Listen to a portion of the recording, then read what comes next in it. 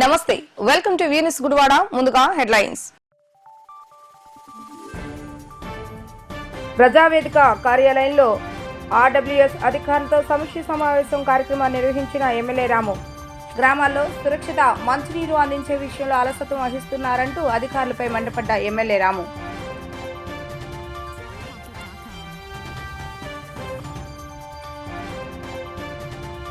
మహిళలు కించపరిచేలాగా ABN channel MD చేసిన వ్యాఖ్యలకు నిరసనగా 1 టౌన్ పోలీస్ స్టేషన్లో ఫిర్యాదు చేసిన పట్టణ వైసీపీ నాయకులు మహిళలు అవమానపరిచేలాగా మాట్లాడిన రాధాకృష్ణ బహిరంగ క్షమాపణ చెప్పాలంటూ డిమాండ్.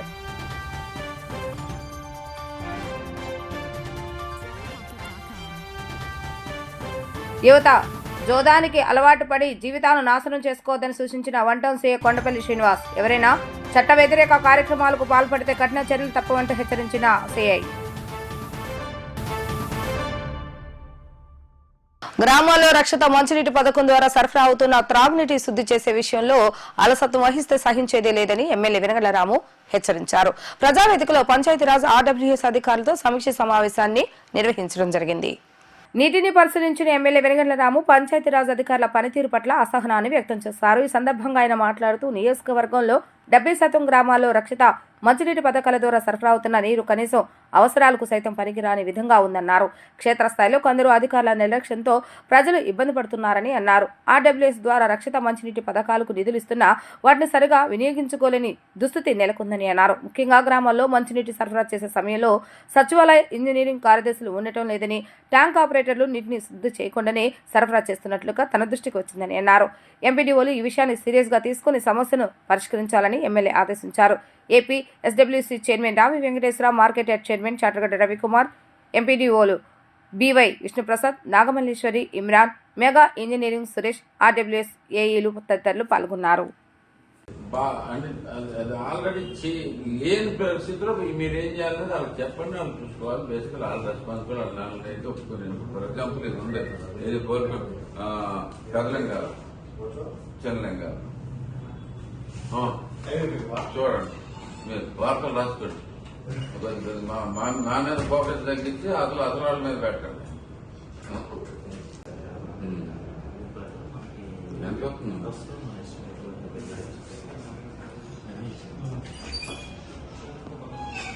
అర్థమైనా?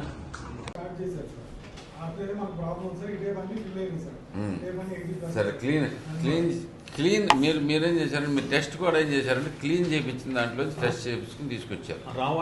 పంచాయతీ నుంచి వాళ్ళు తీసుకొచ్చారు సార్, కలెక్షన్ తీసుకొచ్చి మా ల్యాబ్ నుంచి ఒక మనిషి ఉంటాడు సార్, వెళ్ళి కలెక్షన్ చేసుకుని వచ్చి టెస్ట్ చేసి ఇచ్చింది సార్. వాళ్ళు చేసిన రోజు వెళ్ళి ఉంటారు, వాళ్ళు ఫిల్టర్ చేసిన రోజు లేదు సార్. అంటే రా water plus regular water, filter water. నేను అదే చెప్పాను, ఒక రోజు ఫిల్టర్లోకి వదులుతున్నారు కూర్చుని. మీలాంటి వాళ్ళు ఎవరిని వస్తారన్నప్పుడు, లేదంటే ఫిల్టర్ లేకుండా డైరెక్ట్గా ఎక్కిస్తున్నారు. అదే నా పాపలు చెప్పేది. రెగ్యులర్గా మానిటరింగ్ చేస్తాను మాక్సిమం ఇంజనీరింగ్ అసిస్టెంట్లు అందరితోనూ క్లియర్ ఇన్స్ట్రక్షన్స్ ఇస్తున్నామండి. ఎవ్రీ వీక్ డేస్కి మీరు ఒక రెండు యాక్షన్ తీసుకుని పాయింట్లో అని చెప్పండి. ఎందుకంటే సమస్య లేదు అంటే నేను ఒప్పుకోను, సమస్య అయితే ఉంది. మరి సమస్యలు ఉన్నాయి అన్నప్పుడు మీరు ఎందుకు పట్టుకోలేకపోతారు?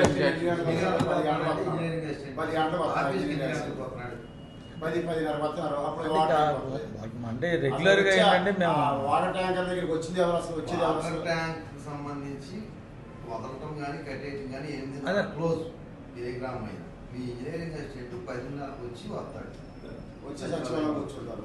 ఇంజనీరింగ్ ఎస్టేట్ మానిటరింగ్ అనేది గుర్తి మాట ఇప్పుడు చేయట్లేదు. చేయాల్సిన బాధ్యత వాళ్ళది. వాళ్ళని తప్పించిన సరిపోద్ది. ప్రతి గ్రామంలో ఇప్పుడు మెమోలు ఇవ్వండి. అందరూ ఉన్నారు, పొలిటికల్ గా అందరూ నాయకులు ఉన్నారు, అందరూ ఉన్నారు. ఇప్పుడు అక్కడి నుంచి ఫీడ్బ్యాక్ తెప్పించుకోవాలి మీరు. అది కాక నేను అడిగింది మీరు మిమ్మల్ని డైరెక్ట్గా టెస్ట్కి వెళ్ళమన్నా. మిమ్మల్ని దీంట్లోకి నేను అసలు వెళ్ళమన్నా డిపిఓని. డిపిఓ అనేసింది మీరు వెళ్ళలేదు, దీంట్లో వెళ్ళలేదు, వాళ్ళు వెళ్ళి టెస్ట్ చేసుకుని వచ్చారంటున్నారు. What is the credibility for this basic? And second thing basically నేను దాంట్లో సరే ఇవాళ వస్తున్నా రోజు అట్లా వస్తున్నా, వాళ్ళు 4 ఫీడ్బ్యాక్లు కూడా పెట్టమని చెప్పారు. అది రాలేదు. ఏంటనేది నాకు ఈ కథ ఏంటో అర్థమే కావట్లేదు. బేసిక్ ఎంత ట్రై చేసి 2 గంటలు 2 నెలలు అంటే మీకు మొత్తం క్లీన్ అయిపోవాలి కదా. ఆల్మోస్ట్ ఇది చిన్న స్పేస్ అయితే వెళ్ళాం కదా. ఇది ఏదో మరి ఇది దీనికి తేడా కనపట్లేదు. కొంచెం వాడితే బాగానే వచ్చింది. నేను దీంట్లోకి వెళ్ళి ఒకసారి టెస్ట్ చేసి చూపించండి. మీరు కూడా ఇప్పుడు దాకా ఆగి వచ్చారు. నేను చెప్పిన ట్యాంక్ ఫుల్ అవ్వక ముందు ఇంకా దారుణంగా ఉంది పరిస్థితి. పాయింట్ ట్యాంకులు ఫుల్ అయిన తర్వాత ఇది పరిస్థితి అంటే వెరీ బ్యాడ్. నేను అనేది అది మీ టెస్టింగ్ కూడా ఇప్పుడు చేయించారు.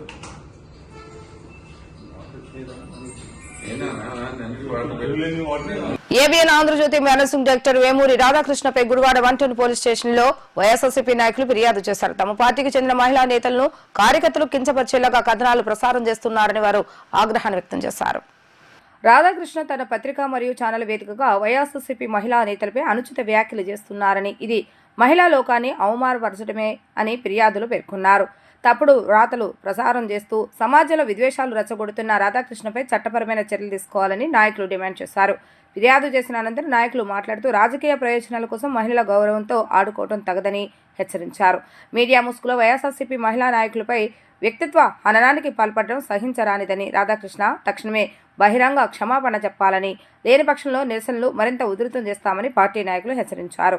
ఈ కార్యక్రమంలో వైఎస్ఆర్సీపీ సీనియర్ నాయకులు దుక్కిపాటి శశిభూషణ్, పాలేటి చంటి, ఎంవి నారాయణ రెడ్డి, కాకొల్లు ప్రసాద్, అగస్త్య కృష్ణమోహన్, మల్లిరెడ్డి, లింగారెడ్డి, చింతా నానే, చుండూరు శేఖర్ తదితరులు పాల్గొన్నారు. అందరికీ నమస్కారం.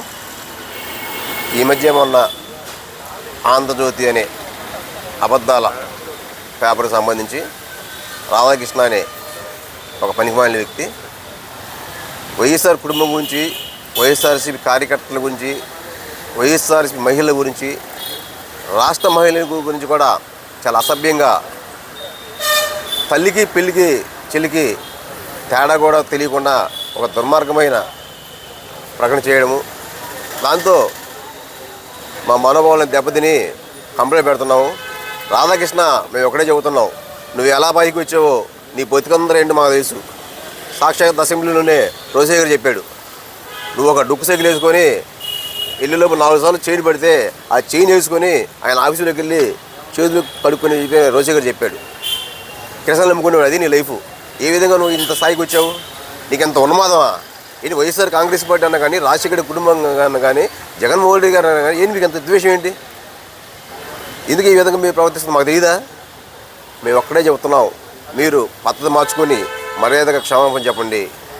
రాష్ట్ర వ్యాప్తంగా వైఎస్ఆర్ కుటుంబం చాలా మనోవేదన అన్నారు. మేమంతా ఉన్నాం. రాష్ట్ర వ్యాప్తంగా 4 లక్షల మంది ఉన్నాం. 4 లక్షల కేసులు అన్ని స్టేషన్లు పెడితే దద్దరిల్లిపోద్ది నీ పేపర్. నువ్వు ఒకటే గుర్తుపెట్టుకుని భయపడుతున్నావు. కొన్ని ఎంతకాలం భయపడతాం. మేము కూడా పోలీసు వారికి కానీ చట్టానికి విజ్ఞప్తి చేస్తూ ఉన్నాం. ఎక్కడో ఎవరినో తిడితే చంద్రబాబు ఎత్తలేదు, కోర్టుకు పోయి విమర్శిస్తేనో, అమరావతి పాలైన వాస్తవాలు చెబితేనో ఎక్కడో వైజాగ్లో ఉన్న వ్యక్తి తీసుకొచ్చి అరెస్ట్ చేశారు. అంటే ఎవరి మనోభావాలు దెబ్బతింటే అరెస్ట్ చేస్తారు. సాక్షాత్తు ఒక మీడియా సంస్థ అధినేత ఇంత దుర్మార్గంగా మాట్లాడితే మరి మీరు చర్యలు తీసుకోరా? ఇది మేము ఒక్కటి డిమాండ్ చేస్తున్నాం. రాష్ట్ర వ్యాప్తంగా కూడా పెద్ద ఉద్యమం చేస్తాం. మర్యాదగా మీరు క్షమాపణ చెప్పండి. వైఎస్ఆర్సీపీ ప్రభుత్వానికి కానీ, రాష్ట్ర ప్రజలకు కానీ క్షమాపణ చెప్పండి. లేకపోతే మీ ఆంధ్రజ్యోతి పత్రికను నిలదీసేస్తాము. మా జగన్ గారు అన్నారు, మేము వచ్చాక నేను అన్ని స్టేషన్ తిప్పుతామని చెప్తున్నారు. మేము ఇప్పుడే మా కార్యకర్తలు ఆఫీసులో ఉన్నారు, ఇప్పుడే మేము అన్ని కేసులు పెట్టి మిమ్మల్ని స్టేషన్కి తిప్పుతామని చెప్పేసి డిమాండ్ చేస్తున్నా. ఇటీవల ఆంధ్రజ్యోతి ఏబిఎన్ పత్రికాధిపతి అయిన ఏబిఎన్ రాధాకృష్ణ గారు వైఎస్ఆర్సీపీ నాయకులు, కార్యకర్తల, ఆడవాళ్ళ గురించి సభ్య సమాజం సిగ్గుపడేలా అనుచిత వ్యాఖ్యలు చేశారు. ఆయన ఒక గౌరవప్రదమైన జర్నలిజంలో ఉండి ఆ రకమైన వ్యాఖ్యలు చేస్తాం ఈ రాష్ట్ర ప్రజలందరూ చూస్తున్నారు. ఆయన మహిళలందరూ కూడా తలదించుకునే విధంగా మరి ఆయన మాటలకి అనే ఆగ్రహంగా ఉన్నారు. ఆయన మరి ఇన్ని శ్రీరంగ నీతులు చెప్తాడు. మరి గతంలో ఆయన సైకిల్ మీద పేపర్ బాయ్గా పనిచేసిన వ్యక్తి ఇవాళ మరి ఒక పత్రికాధిపతిగా, ఒక పొలిటికల్ పార్టీకి అడ్వైజర్గా ఈ రాష్ట్రాన్నే మరి శాసించే విధంగా ఎదిగాడంటే ఆయన ఏ వ్యాపారాలు చేశాడు, ఆయన ప్రభుత్వం మరి పైకి కనపడే వ్యాపారాలు మాకైతే ఇప్పటిదాకా ఎలాంటి సమాధానం దొరకలేదు. మరి మా ప్రాంతంలో మెగా సంస్థ ఉంది, మా ప్రాంతం మా కాన్స్టిట్యున్సీలోనే. ఆయన పిపి రెడ్డి గారని ఆయన చిన్న ఇండస్ట్రీస్తో మొదలుపెట్టి మరి తర్వాత దాన్ని శాఖోపశాఖలుగా విస్తరించి ప్రాంతానికే గర్వపడే చెప్పుకునేలాగా మరి ఇవాళ ఆ మెగా ఇన్ఫ్రాస్ట్రక్చర్ కానివ్వండి, పిపి రెడ్డి గారు మరి మెగా కృష్ణారెడ్డి గారు కూడా మరి ఆ వ్యాపారాన్ని అభివృద్ధి చేసి ఇవాళ గర్వంగా చెప్పుకునే స్థాయికి వాళ్ళు ఎదిగారంటే దానికి వాళ్ళు చేసిన వ్యాపారాలు బయటికి కనబడుతున్నాయి. మరి ఈయన రాధాకృష్ణ గారు ఏం వ్యాపారాలు చేశాడు, ఈ స్థాయిలో ఉన్నాడు. సైకిల్ పేపర్ బాయ్ నుంచి ఇవాళ రాష్ట్రాన్నే శాసించే స్థాయికి అతను బ్లాక్మెయిలర్గా మరి ఉన్నాడా, లేకపోతే అతని చీకటి కుంభకోణంలో ఏమైనా వ్యాపారాలు చేసి సంపాదించాడా అనేది ఈ రాష్ట్ర ప్రజలకి ఆయన సమాధానం చెప్పాలి. మాకు ఇప్పుడు దాకా మరి దొరకని సమాధానం ఆయన మాటల్లోనే ఆయన ఏ వ్యాపారం చేశాడనేది అర్థం చేసుకోవచ్చు. కాబట్టి ఇప్పుడైనా సరే ఆయన మాట్లాడే ముందు ఆయన చేసిన వ్యాపారాలే అందరూ చేస్తారనుకుంటాం భ్రమ. ఒళ్ళు దగ్గర పెట్టుకుని ఆయన మాట్లాడాలి. కార్యకర్తల్ని నువ్వు రాజకీయ నాయకుడు కాదు, పోనీ రాజకీయ నాయకులతో మాట్లాడుకుంటాం సహజం అనుకుంటాకి. నువ్వు గౌరవప్రదమైన పత్రికా రంగంలో ఉన్నావు, ఆ పత్రికా రంగ విలువలు కాపాడుతూ కానీ లేకపోతే రేపొద్దున వైఎస్ఆర్సీపీ రాష్ట్ర వ్యాప్తంగా మరి కోపాగ్నికి గురి కావాల్సి ఉంటుంది. ఈ సందర్భంగా రాధాకృష్ణ గారిని హెచ్చరిస్తున్నాం. భవిష్యత్తులోనైనా సరే మహిళల పట్ల సభ్య సమాజం గుర్తించే విధంగా మాట్లాడాలని, మళ్ళీ ఒక్కసారి కానీ ఇలాంటి మాటలు మాట్లాడితే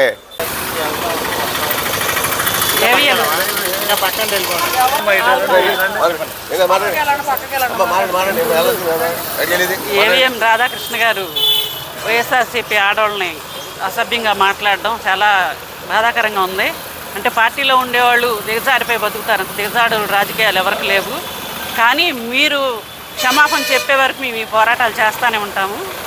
ఎందుకు అలా రాస్తున్నారో, రాసేటప్పుడు మంచి చెడు అనేది రాయాలి. కానీ ఇలాగా ఆడవాళ్ళని అవతల పార్టీలో ఉన్న వాళ్ళు ఆడవాళ్ళని అసభ్యంగా మాట్లాడడం చాలా దారుణంగా ఉంది. అది ఖండిస్తున్నాము. అది దానికి సారీ చెప్పే వరకు మేము పోరాటం చేస్తూనే ఉంటాం. ఏబిఎన్ రాధాకృష్ణ గారు మా వైఎస్ఆర్సీపీ కార్యకర్తల్ని గౌరవం లేకుండా అసభ్యంగా మాట్లాడారు. మీరు ఈ మాటలు మాట్లాడినందుకు మూల్యం చెల్లించాలి. రాధాకృష్ణ గారు, మీరు ఒక్కటి మాత్రం గుర్తుపెట్టుకోండి, పేపర్ నడిపించే మీరు ఆడవాళ్ళ గురించి మంచిగా రాయాలి కానీ చెడుగా మా రాయకూడదు. రేపొద్దున మా పార్టీ వచ్చాక మీరు మా అందరికీ క్షమాపణ చెప్పాలి. అప్పుడు మేమేంటో మీకు చూపించి చేస్తాం. గుడివాడ పట్నం మరియు పరిసర ప్రాంతాల్లో అసాంఘిక కార్యకలాపాలపై పోలీసులు కఠిన చర్యలు చేపడుతున్నట్లుగా one town C Kondapalli Srinivas తెలిపారు. ముఖ్యంగా బెట్టింగ్లు, జూదాల నిర్వహణపై ప్రత్యేక దృష్టి పెట్టినట్లుగా వెల్లడించారు. శ్రీ కృష్ణా జిల్లా ఎస్పీ గారు వి విద్యాసాగర్ ఐపీఎస్ గారి యొక్క ఉత్తర్వుల మేరకు ఈ యొక్క ప్రెస్ మీట్ కండక్ట్ చేయడం జరుగుతుంది. దీని యొక్క ఉద్దేశం ఏంటంటే గుడివాడ ప్రజలకి పోలీసు వారి శాఖ తరపు నుంచి, మరి ముఖ్యంగా గుడివాడ వన్ టౌన్ పిఎస్ వారి తరపు నుంచి విజ్ఞప్తి. అదేవిధంగా ఎవరైతే ఈ అసాంఘిక కార్యకలాపాల్లో పాలు పంచుకుంటున్నారో వారికి పోలీస్ శాఖ వారి తరపు నుంచి హెచ్చరిక. క్రికెట్ బెట్టింగ్స్, ఆన్లైన్ బెట్టింగ్స్, ప్యాకాట్లు, కోడిపందాలు, వ్యభిచారం ఇలాంటి అసాంఘిక కార్యకలాపాలకు సంబంధించి గుడివాడలో పోలీస్ శాఖ వారి తరపు నుంచి గత కొంతకాలం ఉక్కుపాతం మోపబడుతుంది. అది అందరికీ మీకు తెలిసిందే. అదేవిధంగా ఈ ప్రెస్ మీట్ యొక్క మరి ముఖ్య ఉద్దేశం ఏంటంటే, మేము ఎన్ని చేస్తున్నా సరే ఏదో మూల ఎక్కడో చోట ఇటువంటి కార్యక్రమం జరుగుతున్నట్టుగా మాకు సమాచారం వస్తుంది. సో దీంట్లో మీ యొక్క పాత్రికేయ మిత్రుల సహకారం ఖచ్చితంగా అవసరాన్ని భావించి ఈ యొక్క ప్రెస్ మీట్ పెట్టడం జరుగుతుంది.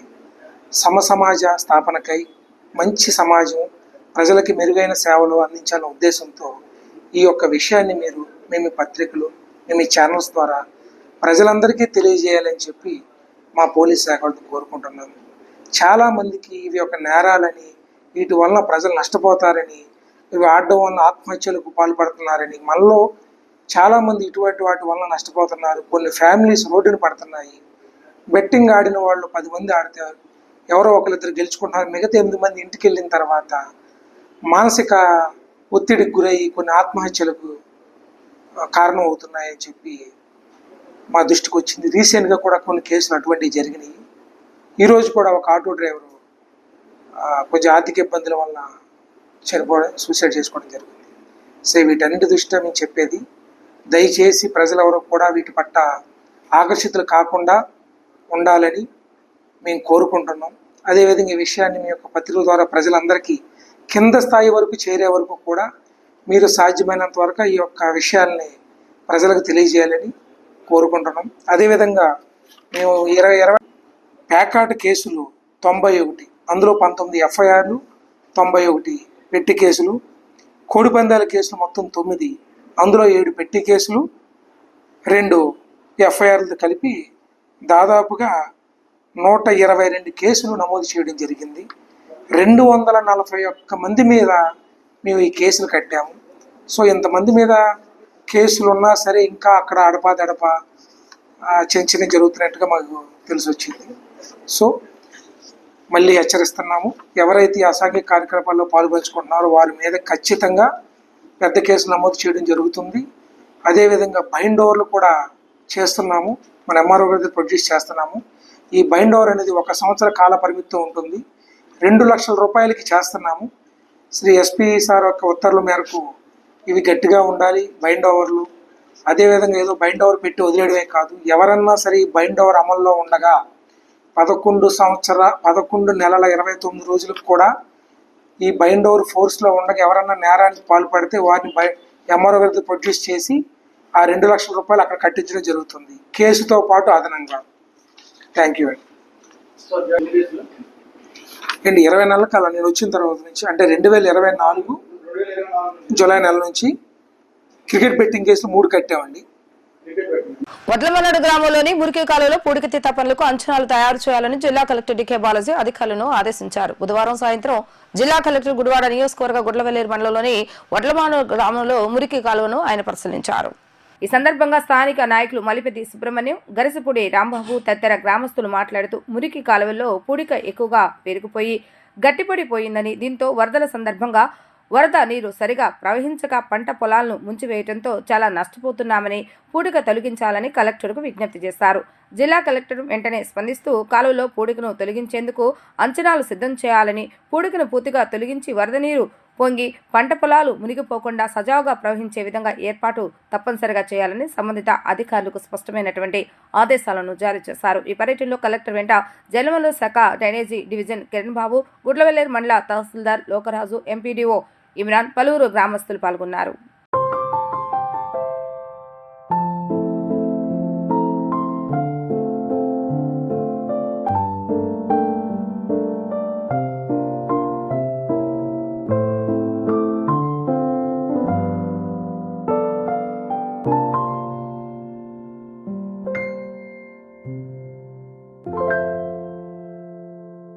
సీనియర్ పాత్రికేయుల సాహితీవేత్త బండారు రాధాకృష్ణ రచించిన సత్యాన్వేషణ పుస్తకావిష్కరణ కార్యక్రమాన్ని గుడివాడ బీసీ సంఘం ఆధ్వర్యంలో గుడివాడ విలువ సంక్షేమ సంఘం భవనంలో ఘనంగా నిర్వహించారు.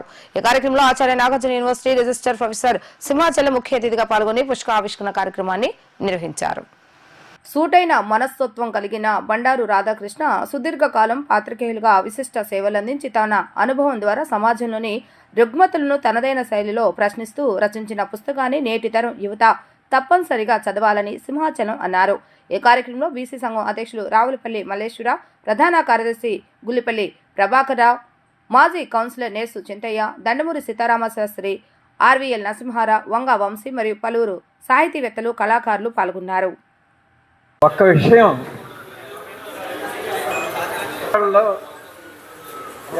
దాదాపు ఎవరికి తెలియని విషయం, నేను గుడివాడకి ఏం చేశానని ప్రశ్నిస్తున్నప్పుడు నా మనసుకు సంతోషపెట్టే విషయం ఒకటి చెప్తాను. గుడివాడలో స్టేడియం రావటానికి కారణం నేను. ఇది చాలామందికి తెలీదు. కొంతమంది పెద్దలు నేనని చెప్పినప్పుడు వాడు బాధపడేవాళ్ళు. అప్పటి నుంచి చెప్పడం కూడా మానేశా. ఇక్కడ స్టేడియం కడదాం అనుకున్నప్పుడు 5,000 చొప్పున కొంతమంది మెంబర్స్గా చేరారు. అది ఎందుకు పనికిరాదు, కనీసం లెవెల్ చేయడానికి కూడా డబ్బులు చాలా. స్టేడియం కట్టాల్సిందే. అప్పుడు ఎన్టీఆర్ లాటరీని నిషేధించారు. లాటరీ ద్వారా సంపాదించే కట్టడం తప్ప ఇతరంగా కట్టడం కుదరదు అని నిర్ణయానికి వచ్చారు. జగన్మోహన్ రావు వెళ్ళారు. ఎట్టి పరిస్థితుల్లో లాటరీ వేయటానికి వీలు లేదు అని ఖచ్చితంగా చెప్పారు ఎన్టీఆర్. అప్పుడు నన్ను పిలిపించారు జగన్మోహన్ రావు. ఏం చేద్దాం రాధాకృష్ణ అన్నాడు.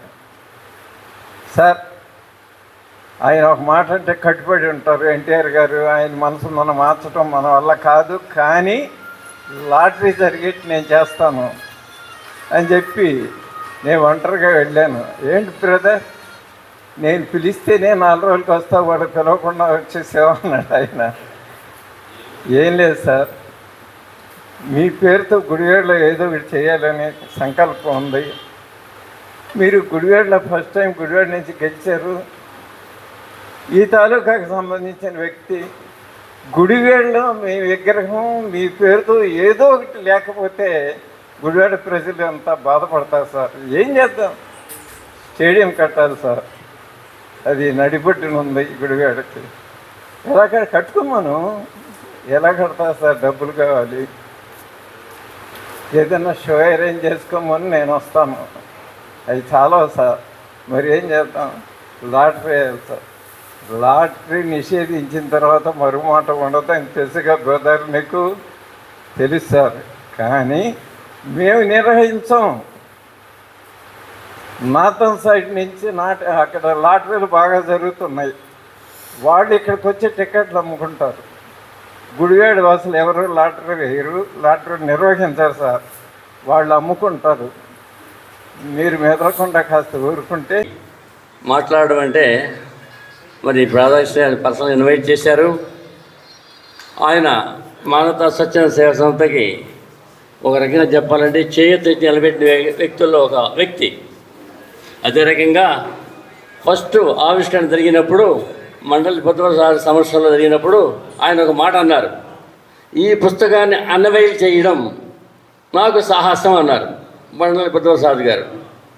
దానికి ఏంటి అని చూస్తే సిబిఐ మీద కూడా సూటిగా ప్రెసిడెంట్ వ్యక్తినే కనపడుతున్నాడు అన్నాడు.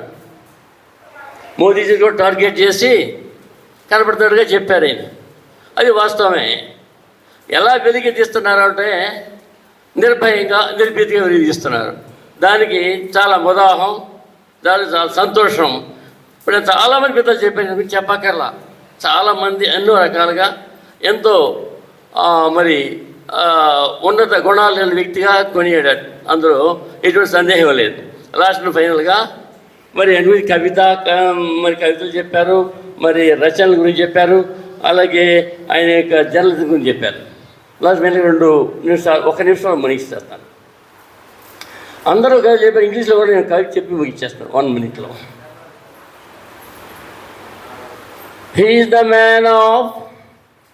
man of seeking the truth. సత్యాన్వేషణ పుస్తకం పేరు. Is the man of checking the truth. Checking అంటే లాగడం కూడా బయటికి. Checking the truth the society. The man of checking the truth to the society by Radhakrishna. is a man of seeking the truth by Radha Krishna. Always, always, always, no hesitation to seek the truth. To seek the truth by Radha Krishna to society. He has so many lessons acquaintance. For his qualities, he is the man of seeking the truth. Seeking the truth, I can say that. But whereas he is the line of Andhra రాష్ట్ర రాజధానిపై మాజీ ముఖ్యమంత్రి జగన్మోహన్ రెడ్డి చేసిన వ్యాఖ్యలను Kalinga corporation director Majjada Nagaraju ఖండించారు. దనియాలపేటలో ఏర్పాటు చేసిన విలేకరుల సమావేశంలో ఆయన మాట్లాడుతూ ఆంధ్రప్రదేశ్ రాష్ట్ర రాజధాని అమరావతి విషయంలోని జగన్మోహన్ రెడ్డి వ్యంగ్యంగా మాట్లాడడాన్ని ముమ్మాటిగా ఆంధ్రప్రదేశ్ రాష్ట్రాన్ని ప్రజలను అవమానపరచటమే. ఇలాంటి మనస్తత్వం కలిగినటువంటి వ్యక్తులు పార్టీల వలన ఆంధ్రప్రదేశ్ రాష్ట్ర భవిష్యత్తుకు అభివృద్ధికి విఘంతాలు అని Kalinga corporation state director Majjada Nagaraju ఆగ్రహం వ్యక్తం చేశారు. ఈ విలేకరుల సమావేశంలో కృష్ణా జిల్లా ఎస్సీ ఎస్టీ విజిలెన్స్ మరియు మానిటరింగ్ కమిటీ సభ్యులు రామదేని వేణుబాబు తదితరులు పాల్గొన్నారు. వైఎస్ఆర్సీపీ పార్టీ అధ్యక్షులైనటువంటి సైకో జగన్ రెడ్డి గారు ఆంధ్రప్రదేశ్ రాష్ట్ర రాజధాని విషయంలో మరొక్కసారి వ్యంగ్యంగా ఆంధ్ర రాష్ట్ర ప్రజల యొక్క మనోభావాలు దెబ్బతినే విధంగా మాట్లాడడం అనేది చాలా దురదృష్టకరమైన విషయం. దీన్ని ముందుగా తెలుగుదేశం పార్టీ తరఫున, కూటమి పార్టీ తరఫున, ప్రభుత్వం తరఫున దీన్ని తీవ్రంగా ఖండిస్తున్నాము. నిన్న జగన్మోహన్ రెడ్డి మాట్లాడుతూ మావీగాన్ గురించి, దాని యొక్క విజన్ గురించి, దాని యొక్క విశిష్టత గురించి, దాన్ని అమలు చేస్తే మచిలీపట్నం, విజయవాడ, గుంటూరు పరిసర ప్రాంతాల్లో అనేది రాజధానిని అమలు పరిస్తే మన యొక్క రాష్ట్రానికి ఎంత మేలు జరుగుతుంది, రాబోయే రోజుల్లో యువతకి ఎంత మేలు జరుగుతుంది అనేది ఆయన చాలా స్పష్టంగా మంచిగా కూటమి ప్రభుత్వానికి చెబితే వింటలేదని వ్యంగ్యంగా మాట్లాడారు. జగన్మోహన్ రెడ్డి కానీ, జగన్మోహన్ రెడ్డి పార్టీ యొక్క నాయకులకు కానీ మీకు బుద్ధి కానీ జ్ఞానం కానీ ఉందా? నిజంగా మీరు చెప్పే విషయంలోని వాస్తవం ఉంటే, ఈ మావీగన్ విషయంలోనే అనేది నిజమే అయితే, మీరు అనుకున్న ప్రకారం నిజంగా అదే నిజం అయితే 2019 నుంచి 2024 వరకు మీరు అధికారంలో ఉన్నారు. ఎందుకు ఆ విధానాన్ని మీరు ప్రవేశపెట్టలేదు? అంటే ఆంధ్ర రాష్ట్ర ప్రజలు పిచ్చోలు అనుకుంటున్నారా? మీ పార్టీ యొక్క కార్యకర్తలు కానీ, నాయకులు కానీ, మీరు ఒక పెద్ద సైకో, మీ కింద పనిచేసే వాళ్ళు ఒక చిన్న సైకోలు, వాళ్ళు ఒక పిల్ల సైకోలు, అలాంటి వ్యక్తులు నమ్ముతారేమో. కానీ ఆంధ్ర రాష్ట్ర ప్రజలు విజ్ఞత కలిగిన వారు. విజ్ఞత కలిగిన వ్యక్తులు ప్రజలు ఆలోచిస్తారన్న కనీసం మినిమం సెన్స్ కూడా లేకోకుండా ఈ రోజున జగన్మోహన్ రెడ్డి ఒక జోకర్ మాదిరిగా, ఈ పదాలు వాడకూడదు కానీ తప్పని పరిస్థితుల్లోని, ఎందుకంటే ఆయన మాట్లాడే విధానం ఆంధ్ర రాష్ట్ర యొక్క రాజధాని విషయం మీద ఆయన ఎంత వ్యంగ్యంగా మాట్లాడుతున్నాడంటే అంత వ్యంగ్యంగా మాట్లాడుతున్నాడు. కాబట్టి ఈ రోజున జగన్మోహన్ రెడ్డి గారిని జోకర్ అని సంబోధించవలసిన పరిస్థితి వచ్చింది. యువతకు ఉద్యోగాలు వస్తాయంటున్నావు, మరి 2019 నుంచి 2024 ఉన్నప్పుడు నువ్వు అదే రాజధానిని అమలుపరిచి భవిష్యత్తులో అనేది యువతకి ఎందుకు పెద్దపీట వేయలేదు? ఈ రోజే పెద్దపీట వస్తుంది, కూటమి ప్రభుత్వం వింటలేదని ఎందుకు చెబుతున్నావు? కాబట్టి నిజంగా ఈ రోజున జగన్మోహన్ రెడ్డి ఇలాంటి మాటలు ఎందుకు మాట్లాడుతున్నాడంటే, ప్రతి వారం శుక్రవారం నాడు ఆయన సిబిఐ సంబంధించిన కేసులను కోర్టుకు హాజరు కావాలా, వాటి విషయాలను ప్రజల్లో అనేది చర్చ జరగకూడదనే ఉద్దేశంతో ఇలాంటి సైకో మాటలు మాట్లాడి ప్రజల్ని మరియు ఆంధ్ర రాష్ట్ర యొక్క పరువుని తీసేసే విధంగా, ప్రజల్లో చులకన విధంగా మాట్లాడుతున్నాడు. ఇంకోసారి ఇలాంటి విషయాలు కానీ మాట్లాడి ఆయన కానీ ప్రవర్తిస్తే నిజంగా ఆయనకి వైజాగ్లోని మెంటల్ హాస్పిటల్లోనే జాయిన్ చేయాలని కూటమి పార్టీ తరఫున మేము కూడా ప్రభుత్వానికి విన్నవించుకోవాలని ఆశిస్తున్నాము. ఎందుకంటే ఇలాంటి విధానం కరెక్ట్ కాదు. ఆంధ్ర రాష్ట్రాన్ని నాశనం చేసే ఉద్దేశంతో అనేది ఈయన ఏ రకంగా అయితే ప్రవర్తిస్తున్నాడో దాన్ని తీవ్రంగా ఖండిస్తున్నాం. వార్తలు ముగించే ముందు హెడ్లైన్స్ మరొకసారి. ప్రజావేదిక కార్యాలయంలో ఆర్డబ్ల్యూఎస్ అధికారులతో సమీక్ష సమావేశం కార్యక్రమాన్ని నిర్వహించిన ఎమ్మెల్యే రాము. గ్రామాల్లో సురక్షిత మంచినీరు అందించే విషయంలో అలసత్వం వహిస్తున్నారంటూ అధికారులపై మండిపడ్డ ఎమ్మెల్యే రాము.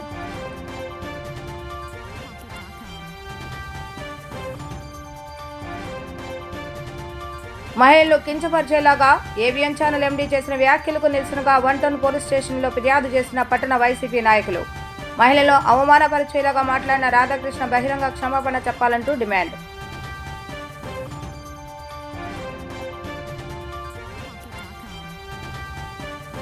యువత జోదానికి అలవాటు పడి జీవితాలను నాశనం చేసుకోవద్దని సూచించిన 1 టౌన్ సీఏ కొండపల్లి శ్రీనివాస్. ఎవరైనా చట్ట వ్యతిరేక కార్యక్రమాలకు పాల్పడితే కఠిన చర్యలు తప్పవంటూ హెచ్చరించిన సీఐ. ఇవి ఈ రోజు వార్తా విశేషాలు. మళ్ళా తిరిగి ప్రసారమయ్యే వీటీవీ న్యూస్ లో కలుద్దాం. అప్పటి వరకు చూస్తూనే ఉండండి వీటీవీ న్యూస్ గుడివాడ.